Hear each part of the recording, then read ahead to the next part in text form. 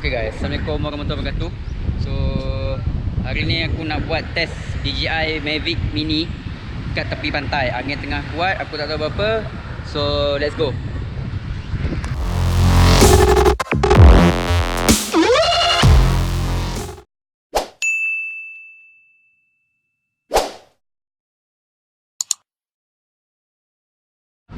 So this one is DJI Mavic Mini. Aku dah sambung dengan controller. So kita akan tengok dia punya hasil hujan angin kuat hari ni. Alright guys, so aku akan test DJI Mavic Mini di kawasan yang sangat berangin. So aku dah letak dekat sana. Jadi jom kita test tengok apa yang berlaku kalau aku on benda ni dekat kawasan angin yang sangat-sangat laju.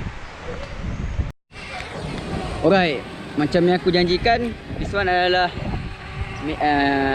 DJI Mavic Mini di kawasan angin yang sangat kuat.